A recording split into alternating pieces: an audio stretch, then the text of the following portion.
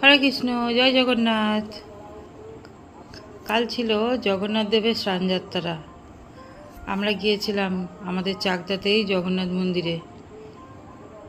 কত মেলা বসেছে দেখুন, চারিদিকে প্রচুর দোকান বসেছে। এই যে আমাদের জগন্নাথ মন্দির, আমাদের চাকদাবাসীদের গর্ব এই মন্দির। কাল প্রচণ্ড রোদ গরম ছিল, তবুও প্রচুর ভক্তবৃন্দ এসেছিলেন। প্রতি বছরই ভিড় হয়, খুব ভিড় হয় এখানে। প্রথমে মন্দিরের ভিতরে গিয়ে শিববিগ্রহ দর্শন করে আসি।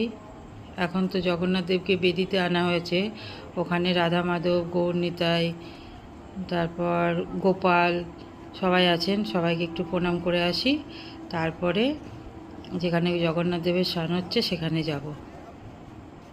এই যে মন্দিরের ভিতরে যাচ্ছি, সামনে প্রচুর ভিড়। দেখুন কত ভক্ত এসছে, প্রচণ্ড গরম, তবুও প্রচুর ভক্ত এসছে।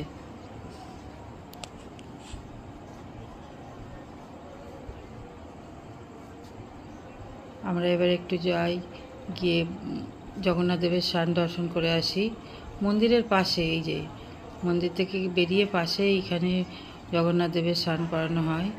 এর মধ্যে মন্দিরের ভিতরেও ভক্তবৃন্দ বসে আছে প্রসাদ গ্রহণ করবে বলে। আর আমরা যাচ্ছি জগন্নাথ দেবের স্নান দর্শন করতে। এই যে সবাই দর্শন করুন জগন্নাথ দেবের স্নানযাত্রা। আমাদের মহাপ্রভু শ্রী চৈতন্যদেবও এখানে এসেছিলেন।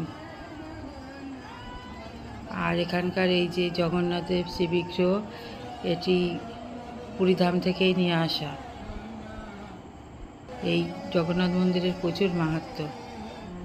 আমরা তো সময় পেলে একটু প্রভুকে দর্শন করতে চলে যাই।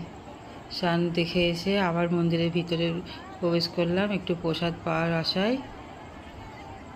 যথারীতি কিছুক্ষণ বসে থাকার পর প্রসাদও পেয়ে গেলাম। এই যে আমরা মন্দিরের ভিতরে বসে গেছি, প্রসাদ গ্রহণ করছি। মন্দিরে যাব আর প্রসাদ না নিয়ে তো কোনো দিনই আসি না। এই যে প্রসাদ গ্রহণ করে আবার একটু চারিদিকে মেলা দেখলাম, দেখে বাড়ি চলে আসলাম। জয় জগন্নাথ।